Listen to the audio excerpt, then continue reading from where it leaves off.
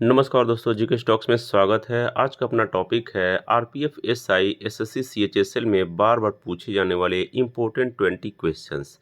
तो चलते हैं दोस्तों, सॉल्व करते हैं इम्पोर्टेंट 20 क्वेश्चंस जो एसएससी और आरपीएफ के एग्जाम्स में बार बार पूछे गए हैं और आगे भी आने की संभावना है।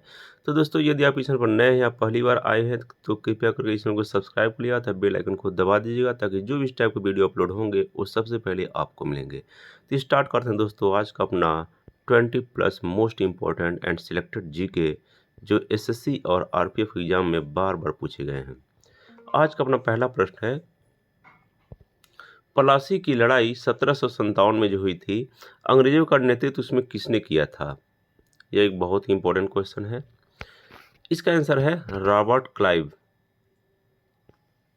रॉबर्ट क्लाइव ने पलासी की लड़ाई में अंग्रेजी सेना का नेतृत्व किया था। अगला प्रश्न है, बक्सर के युद्ध में जो 1764 में लड़ा गया था, अंग्रेजी सेना का नेतृत्व किसने किया था? यह भी इंपॉर्टेंट क्वेश्चन है। इसका आंसर है हेक्टर मुनरो।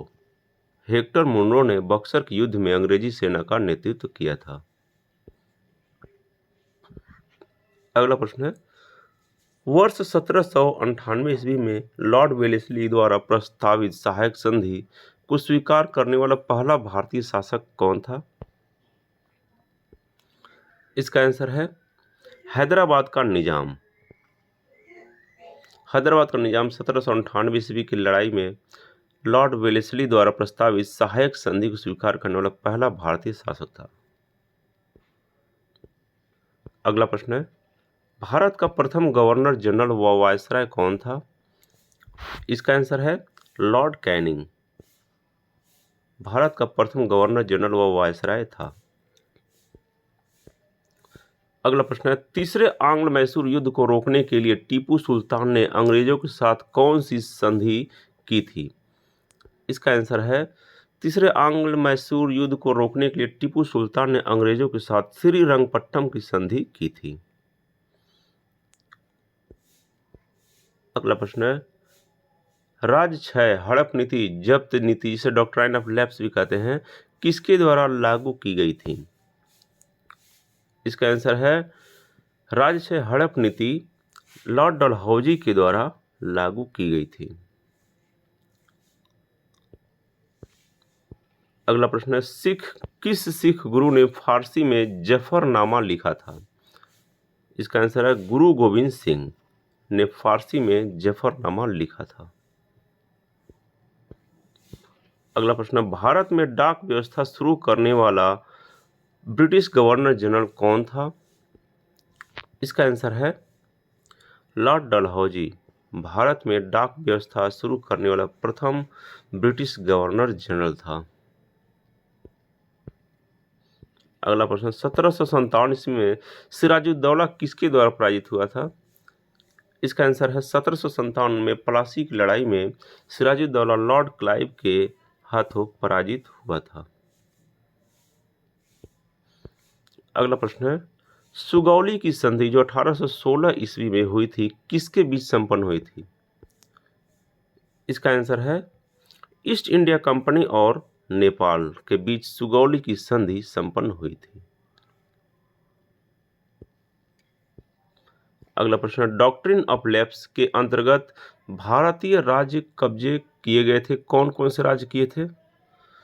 इसका आंसर है हड़प और विलय नीति जिसे डॉक्ट्रिन ऑफ लैप्स भी कहते हैं के अंतर्गत झांसी, नागपुर व सतारा ये राज्य कब्जे किए गए थे।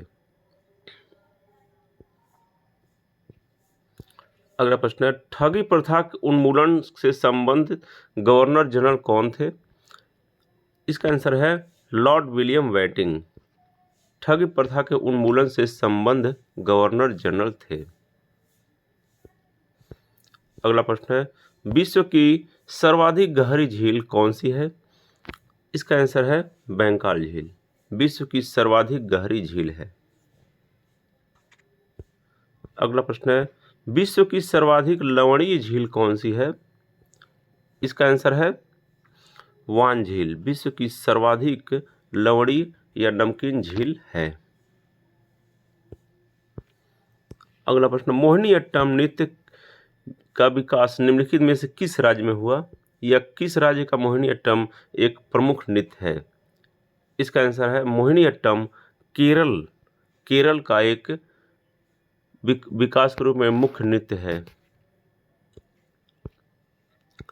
अगला प्रश्न, कुचिपुड़ी नृत्य शैली किस राज्य की है? इसका आंसर कुचिपुड़ी नृत्य शैली आंध्र प्रदेश राज्य की है। अगला प्रश्न है, कैंडेला मात्रक है किसका मात्रक है? इसका आंसर है कैंडेला ज्योति तीव्रता का मात्रक है। अगला प्रश्न, ड्रेन का सिद्धांत, द थ्योरी ऑफ ड्रेन, यह बहुत इंपॉर्टेंट है, किसने प्रतिपादित किया था?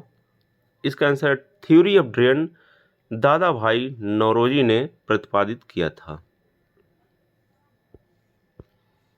अगला प्रश्न, भारत की संविधान सभा किसके अनुसार गठित की गई थी?